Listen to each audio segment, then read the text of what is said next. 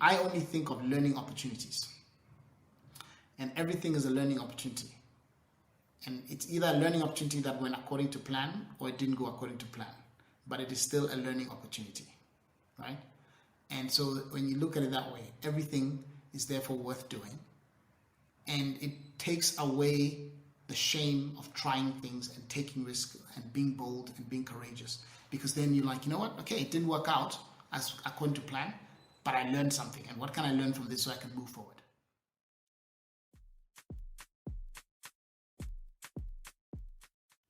Welcome to FailUp Africa, the podcast where we talk about all things failure. That's right. This is a podcast and this is a space where we share stories and experiences dealing with and learning from failure. Each episode will sit down with a new guest, an African trailblazer who unmasks what it really means to fail and what we can do about it. And that's everything from schooling to academics to careers to starting a business and even personal relationships. This is a space where we can get vulnerable, but with a dose of humor. Join us in getting real about failure. So our guest on this episode is a serial entrepreneur in Africa known to do hard things. Now, this person is on a mission to bring leadership to Africa and the world at large. If you have not already guessed who this person is, it is none other than Mr. Fred Swaniker, the founder and CEO of the Africa Leadership Group. In this episode, we sit down with Fred to learn more about his journey and the lessons he learned from becoming a successful entrepreneur on the African continent. That's right. So Fred is going to share about some of his failed businesses, who he was before his success, his perspectives on failure and resilience, and I cannot wait for it. So welcome to this episode of FailUp Africa. Omina, I'm so excited. Are you excited? I'm super excited to be joined today by Fred Swaniker. Fred Swaniker, how are you doing today? Thank you for joining us. I'm very well, thank you. Excited to be here. It's an incredible pleasure. Where are you currently joining us from? I'm joining you from my home in Nairobi, Kenya. All right, we happen to be in the same country. That's brilliant. Elma, how are you doing today? I am lovely, Omina. I'm so excited for this episode. I wish I was in Nairobi as well. Well, it's always open for for travel when you're ready to join us over here. Fred, once again, it's an amazing pleasure to have you here. For some of our listeners, this is the first time they're either seeing or hearing from you, but you are very much a household name here on the African continent. And we just have to build context for the next part of this conversation. We just talk about your origin story, and would love to invite you to tell us a bit more about yourself, the different places you come from and have lived and worked, and more about your journey through schooling and your journey into becoming a successful entrepreneur that you are today. Well, maybe let's start from the beginning. I was born in Ghana, so I still carry a Ghanaian passport. I'm a Ghanaian citizen. But I left Ghana at the age of 4 and began a journey that would take me all across the African continent. So every 4 years of my life, I moved to a new country in Africa. First moved to Gambia, and then until I was 8, and then I moved to Botswana until I was 12, and then when I was 12, my family sent me to school in Zimbabwe for 4 years. So by the time I was 18, I had lived in these 4 countries and had developed an identity, not just as a Ghanaian, but as an African. And I left to go to college in the US. I first went to Macalester College and did a degree there in economics and mathematics. And then I moved back to the African continent. Most of my classmates who were from Africa wanted to stay in Africa. To stay in the US. But I had started to see the exciting potential that the African continent had. Because all these experience of living and working in different parts of Africa made me passionate about the continent. And so I was itching to come back to Africa after college, right? So I joined McKinsey in South Africa, and then I did work with them in Nigeria, in Ghana, in Tanzania, and continued my travels across the continent. Another thing that's probably quite important about my background is that my family's been involved in starting education institutions for a couple of generations. So my grandmother started a school, my grandfather started a school, my granduncle started one of the most prominent schools in Ghana. My mother was a teacher. When I was 16, my dad passed away. And we lived in a small town in Celebi, Botswana. And the parents approached my mother and said, you've got such a good track record as a teacher. Your children all do very well. Can you set up a school for us? And she said, well, I can't quit my job and start a school. I've got 4 children to look after. My husband has just passed away. I need to send them to college. But they kept insisting. So eventually she started a study group with 5 children and in a church building. And more parents brought their children and it grew to 25 kids.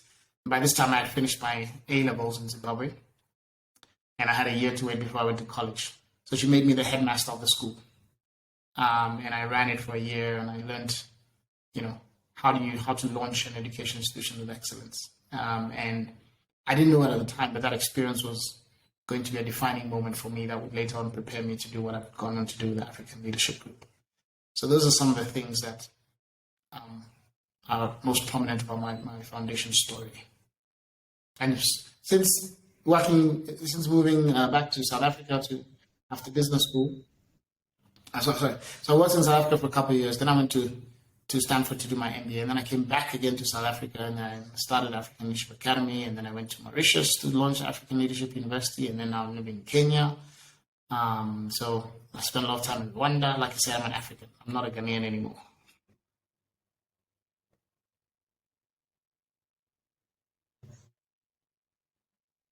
Love to hear that, Fred, and that's quite an amazing overview as we do get into the meat of things and the aspect that you have spoken about. We're very curious to explore the conversation around failure, and Alma has a nice treat for you on how we're gonna hop into this. Definitely. Thank you so much for that, Omina. So I'm just very excited to hear about your Pan-Africanist background. I think that's something that a lot of young Africans can relate to. And then also the legacy of your family. I mean, you are basically educating the African continent. You can say that your entire family has educated nations, and that must be an amazing thing to carry with you. But before we get into these questions, we just want to quickly share with you and remind our listeners about our pillars right here at FailUp Africa. So our pillars are vulnerability. I'm going to ask you to be vulnerable very soon, reflection, learning, and a little dose of humor. So we're going to ask you to get vulnerable now and share your thoughts and your learning and pretend you're just talking to us as you have these conversations with us. So the first question comes with a bit of a background. Now, a lot of people know you, Fred, today, and I think a lot of people know established people as who they are in this moment in time, where you are, a successful serial entrepreneur on a mission to bring leadership to Africa. But what they don't know is that before you became a household name, you were just a man who had graduated from Stanford University. At the time, you had left your job at McKinsey. You had no money. You were single. You were taking lunch and dinner meetings just so that you'd be able to get your next meal. And no one essentially knew who you were. But you had an idea. And that idea was the African Leadership Academy and later the African Leadership University. So my question is, tell us about that time we don't know. Well, let's be clear. My mother knew who I was, and my siblings knew who I was. So I had a few people who knew who I was, and I wasn't completely unknown.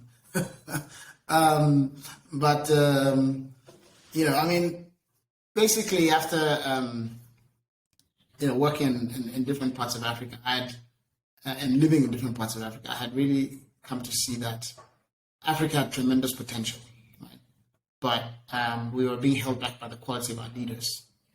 And so I kept wondering, what can we do to develop better leaders for Africa? Do we just sit and hope that they drop by accident or from the sky, or can we actually develop leaders? So I didn't quite know how we would do this, but it was a question that was in my mind. And so I went to Stanford to do my MBA, and while I was there, most of my classmates, went off to do projects in private equity and investment banking and things like that. But I had this idea to develop the African Leadership Academy, right? It was triggered by a series of events. I ended up in Nigeria for an internship, and I met these families who were making big sacrifices to send their children to boarding schools in the UK. And so I started thinking about, why don't we set up a school that can serve these families? And the more I thought about it, I was like, I don't just want to set up a school to serve rich Nigerian kids.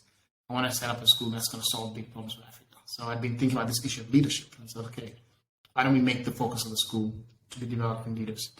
So the first thing I want to correct is that, the African Leadership Academy is not a business. It's a non-profit organization. Right? So this was not going to make me rich, right? It was about, I don't own the school, right? It's owned by the public, right? It was a vision that I had to really transform the continent that I loved, and that I saw as being held back by the quality of its leaders. I wrote the business plan for the academy while I was at Stanford, but there was only one problem. I'd been sponsored by McKinsey, my previous employer, to go to Stanford. And the deal I had with them was that in exchange for that sponsorship, I had to come back and work for them for 2 years. Otherwise, I owed them $120,000, right? So initially I thought, well, okay, this is just an interesting academic exercise I'm doing in my business school class. I have this obligation to McKinsey, to when I finish, I'm going to go and work for them. And then the more I worked on it, I said, you know what, I really love this idea. I can't just outsource it to someone else. I need to do this. So I went back to McKinsey and said, I'm not coming back. And then they said, okay, fine. You have 2 months to pay $120,000. All right. So that was my first experience in fundraising. Right? I had to go and beg, borrow, and steal wherever I could get the money. I borrowed some money from my mother.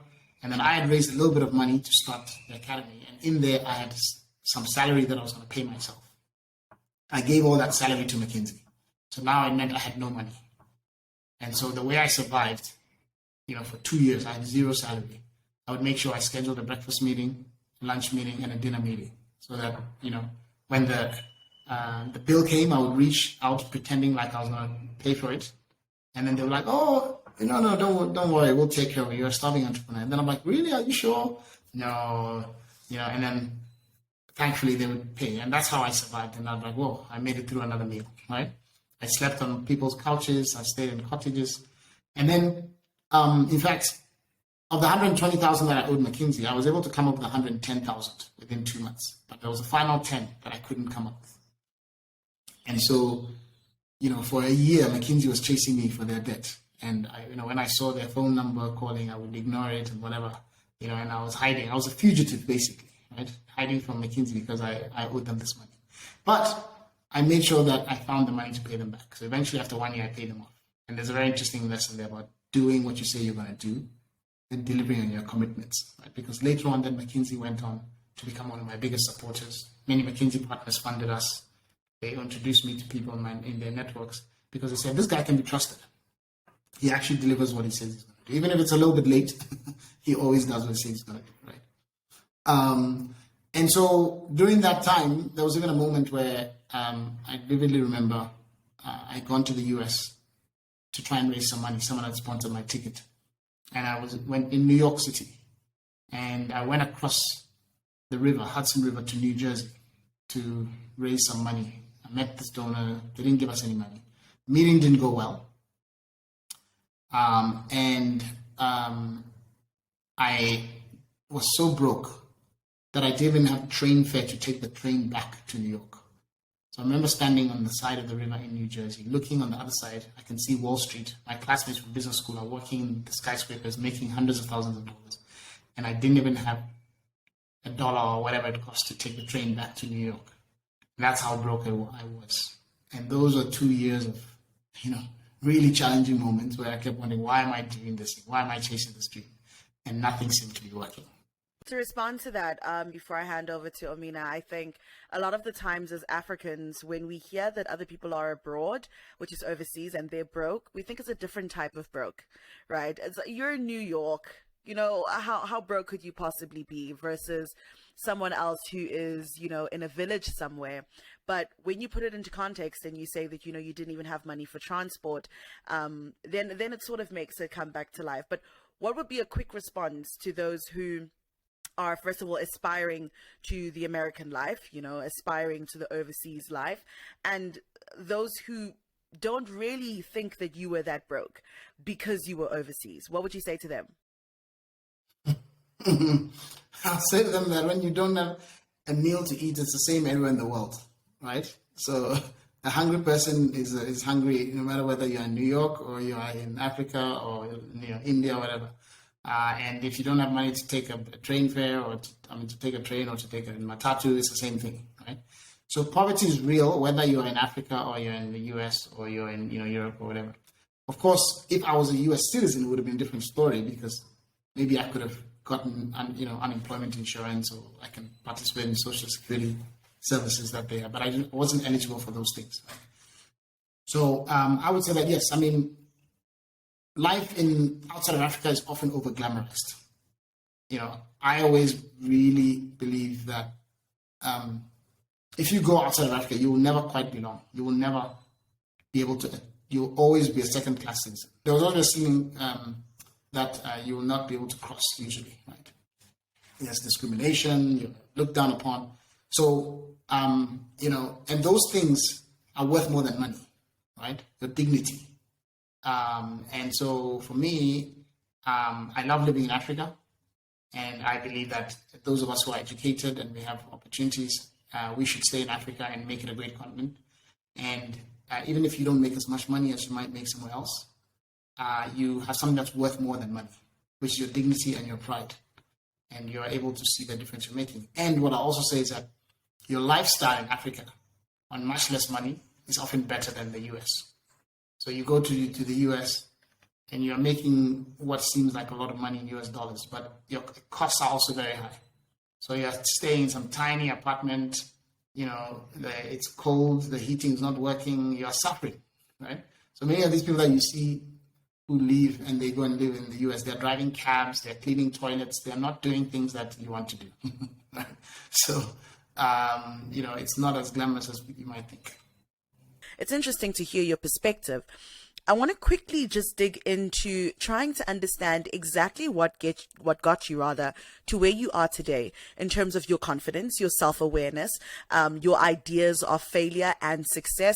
Would you attribute it to your family? Are there any specific tools? Did you have to read books to get yourself here? Did you have to wake up every morning, look in the mirror and say, I am Fred Swaniker and I am successful? What is it exactly that you needed to do to get yourself here? Most of it has happened through trial and error, by falling down and failing, underperforming, not hitting my targets, missing. So, for example, I spent a lot of time hiring people.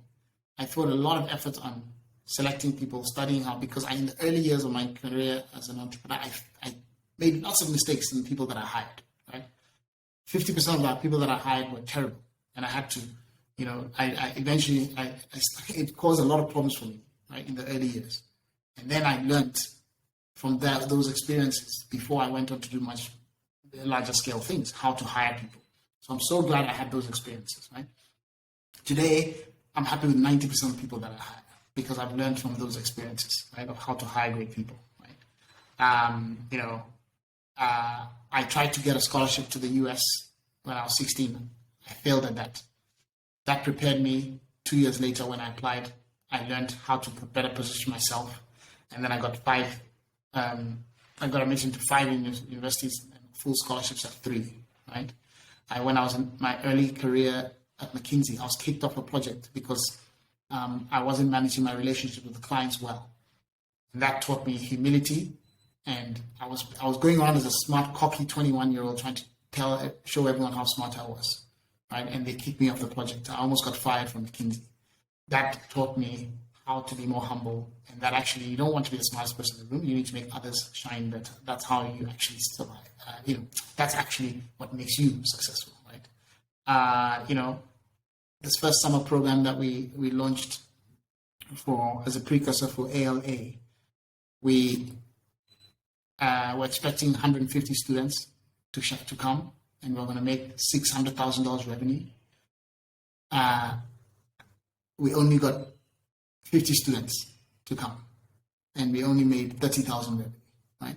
And it was a massive loss. And I'd gone and rented these facilities. I had signed a contract, and I learned a lot of things about signing legal contracts and looking at the fine print. And, also I learned how to make more realistic financial projections. I made lots of mistakes after I hired people and they were not working out. It took me a long time to fire them, right? The first few times. Those would create lots of pain. So I quickly learned if someone is not working out, you have to fire them quickly, right? And, hire slowly and fire fast, quickly. These are things that I learned through pain and many, many endless times of making wrong decisions of people that I hired, right? I could go on and on and on. The only way that I have gone through all these failures, and the only way that I have become successful is because I actually had so many of these things that did not go according to plan. And what they did was they taught me a lot. That has been the best education I've ever had. It's not Stanford that I went to for my MBA. It's not McAllister for my undergraduate program. It's life. You learn best by doing. Research shows that to be successful in life, the skills that you acquire, only 10% of it can be acquired in the classroom. 20% comes from mentors and peers and coaches. So yes, I do learn from others. I get advice. I learn from the mistakes of others so that I don't have to make them, right? I try and learn from others' failures. So I read a lot. I get coaching. I get advice. But 70% of your learning comes from doing. You have to go into it and there's no way you're going to grow. So if 70% of the experience comes from doing, much of that doing will not go according to plan, especially in your early days as an entrepreneur or in your early days as a professional. So you need to relish those. So if I look at what has made me successful, it's all of those years of things not working, things not going according to plan. It's all of those attempts that I tried at things that didn't work. I mean, when I was trying to raise money in the early days, I was terrible at it, right? I would go and ask people, and I didn't know how to pitch, and I would be nervous, and I didn't. But then I learned, and I started reflecting, and read books, and today I'm one of the best at raising money in the world, right? So these are things that I only learned, and they built resilience in me, right? And they made me stronger, and they allow me today to go through so much because I've seen so many things. If I hadn't had so many things that didn't go according to plan, I wouldn't be as relaxed as I am when I'm going through difficult times. People are saying, "Man, Fred, we never see you stressed," and because I've seen so many things, I've been through so many challenges. When there's another challenge, I'm like, yeah, just calm down. That song by Rima, Calm Down. I often play that to people. When someone comes to me and they're stressed, I just play that song to them. Baby, calm down, just relax. Because I've seen so much that allows me to just navigate without panicking through difficult circumstances. So my advice to you is go out and do as much as possible. Experience life, travel, take risks, do things that you're not ready for, things that you're underqualified for. Fail, learn, right? Go through these learning experiences, and that's how you're going to become successful in life. I think what's wrong with failure is what we associate failure with, like you said, shame. But failure in its essence, once we get comfortable with the idea of failure, it's a normal part of life. And so speaking to failure and speaking to the idea of things not going to plan, let's go back a little bit about your fashion business. Things not going to plan there led to better things. But in that moment, what did it feel like to you? Well, it felt a bit embarrassing because I had, the idea was really that I was going to take measurements of people in Africa, send them to Thailand to make suits and the name of the brand was Fred Swaniker. It was a fashion brand for men, and we were going to make personalized clothing for you. We would measure you, send it to Thailand because they had really good low-cost tailors, and then they would ship it back to you. But the only problem is that the dimensions of men in Africa are different from the dimensions of men in Asia. Right?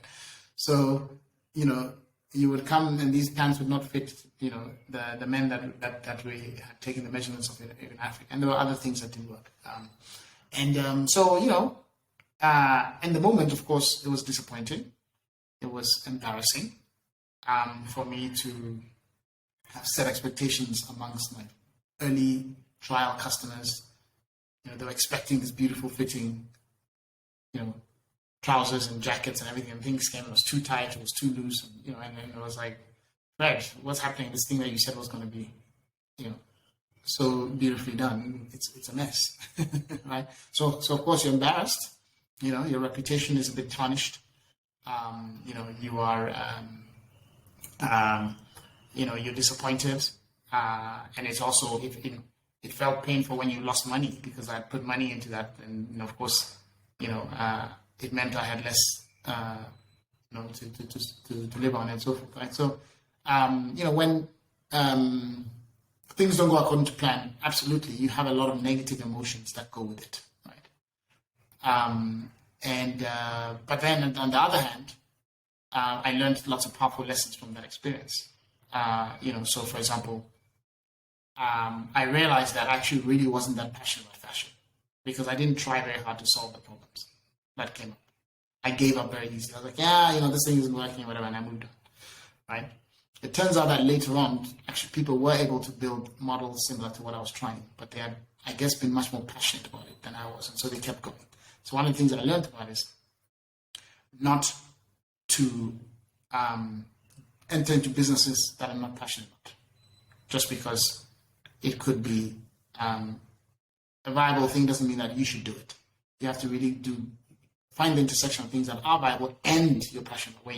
And so, one of the articles I've written is about resist that calling, where I say you should walk away from most ideas and moments of obligation that you have because it's not your destiny in life.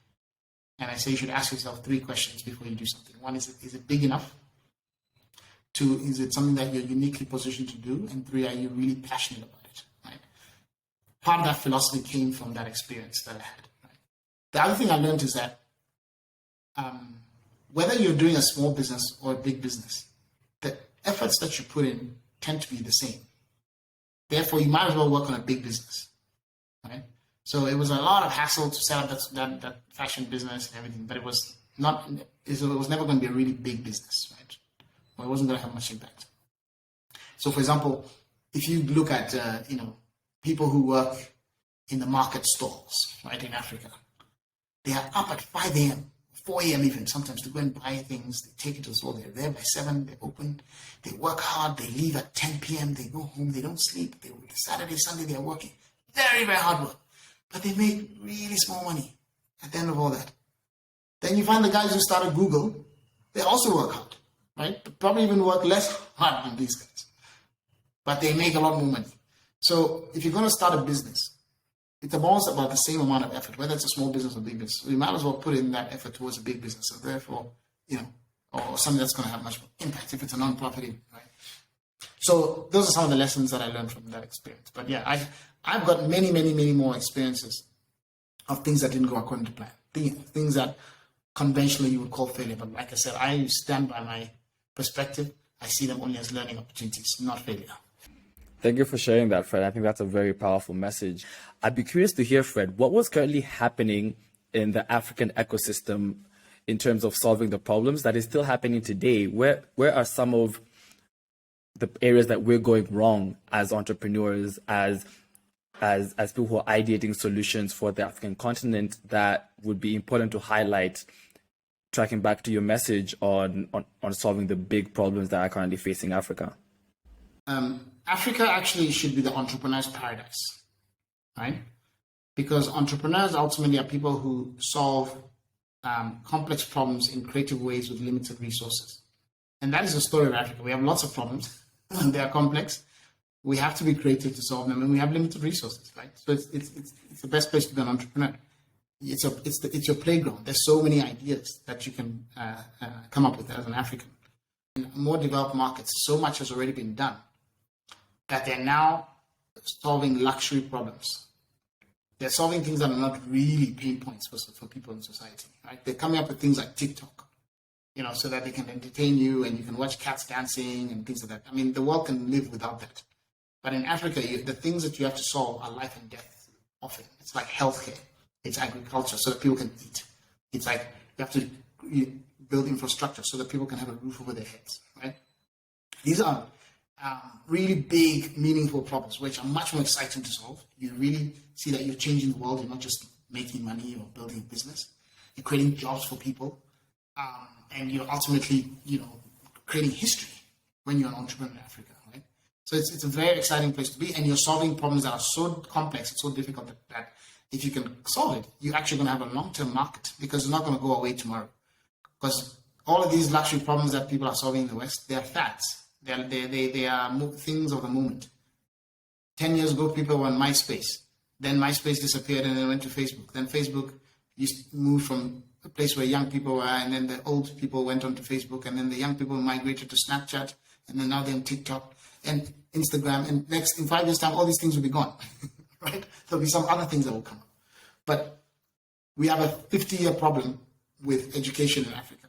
We have a 50-year problem with infrastructure in Africa. You have a 50-year problem with, solving our challenges with agriculture and agribusiness. There's so many. You're not going to run out of business.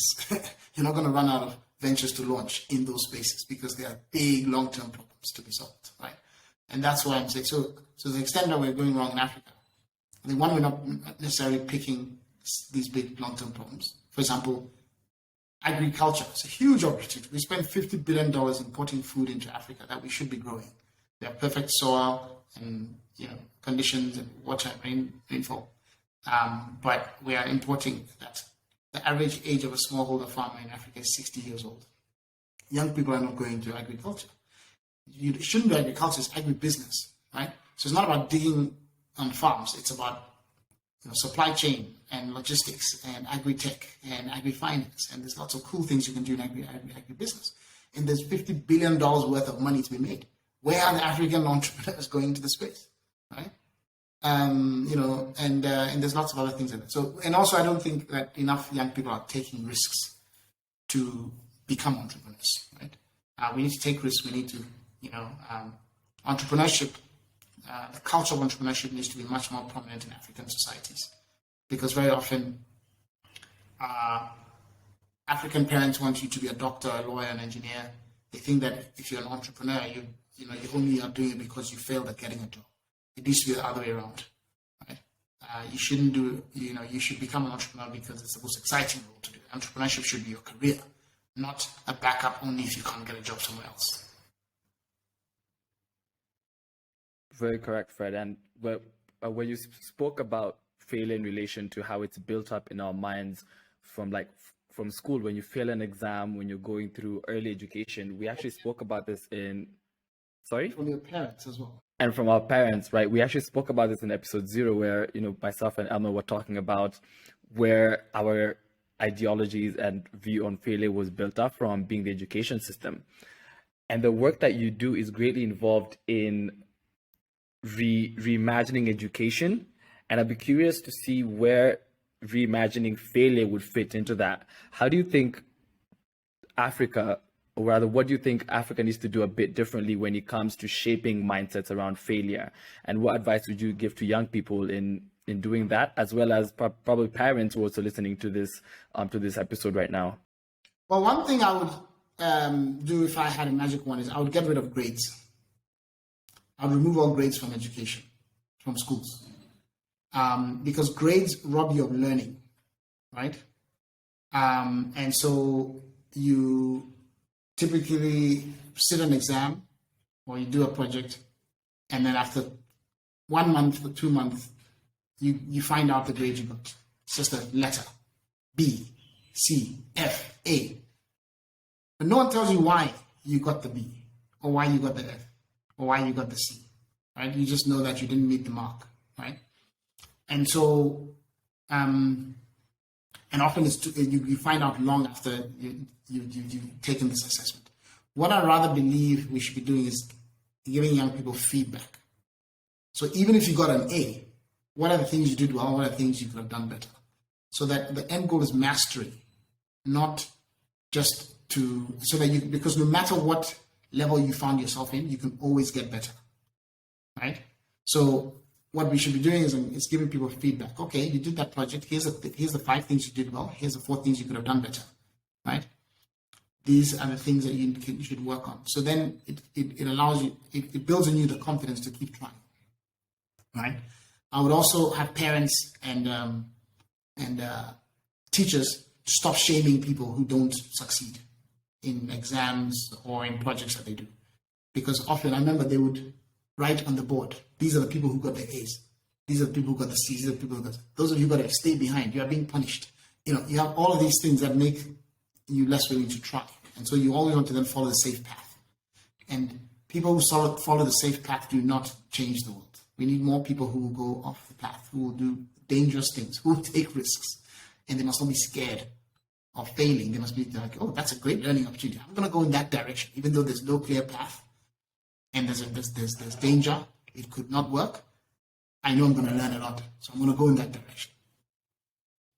Thank you so much for that, Fred, and all the insights that you've provided us with today. It's been absolutely incredible. Fall down 5 times, get back up on the 6th time, and that success is a result of all the mistakes and failures that you've already encountered. So thank you so much for that. Before we say goodbye to you, here at FailUp Africa, we have an exciting segment that we call Rapid Fire Questions.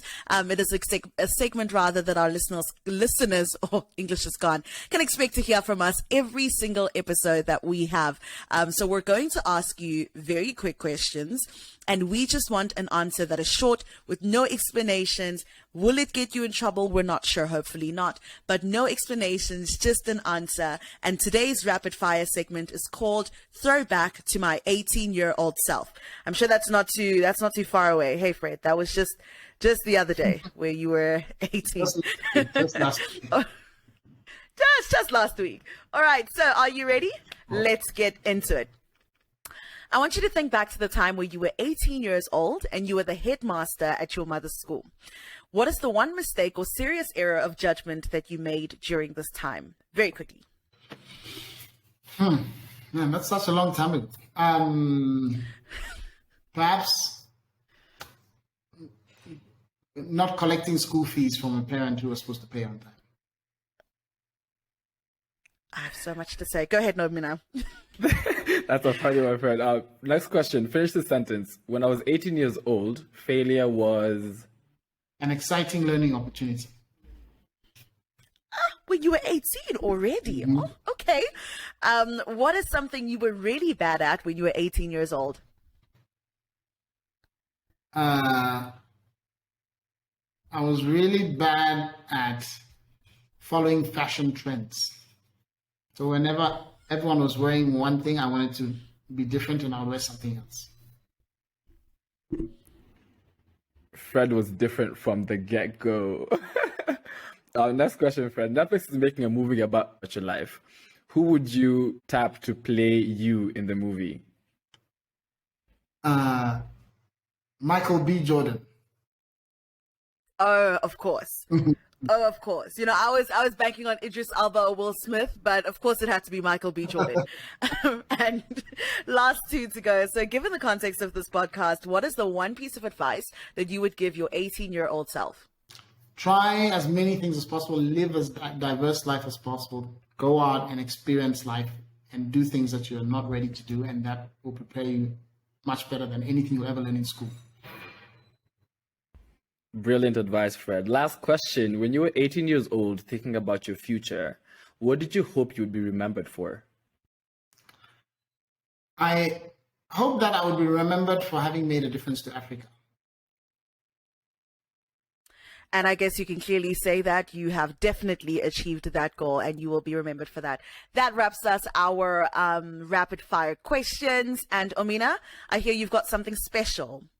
But of course, so before we let you go, Fred, there's one thing we'd like you to do, and this is something only done at the FailUp Africa podcast. In true African fashion and culture, we'd like for you to show us your best dance moves on your way out of this episode. And we didn't get your favorite song, Come Down, but we got something just as busting. Madam producer, would you like to cue up some music for us?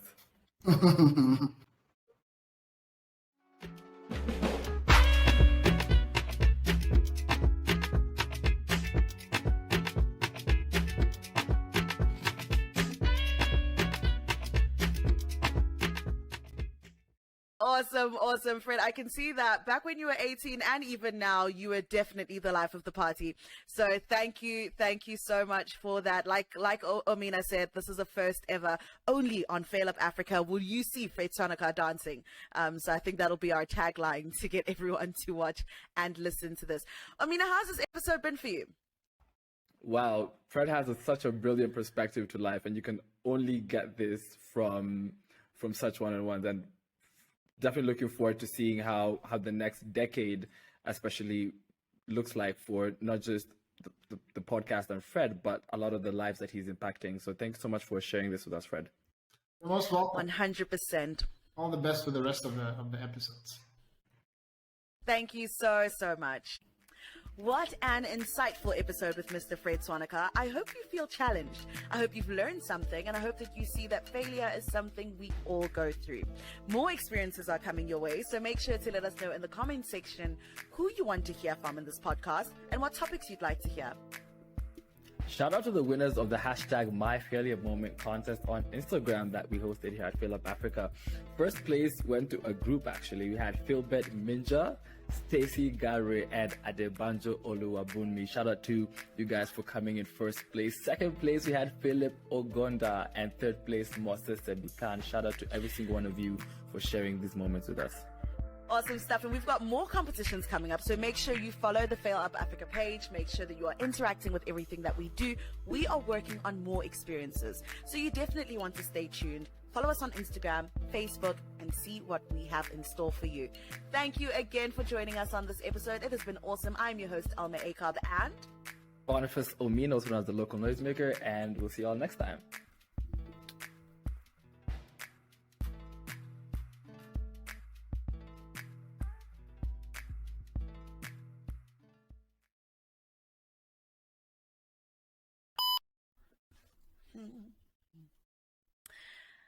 our guest on this episode. Why am I shouting?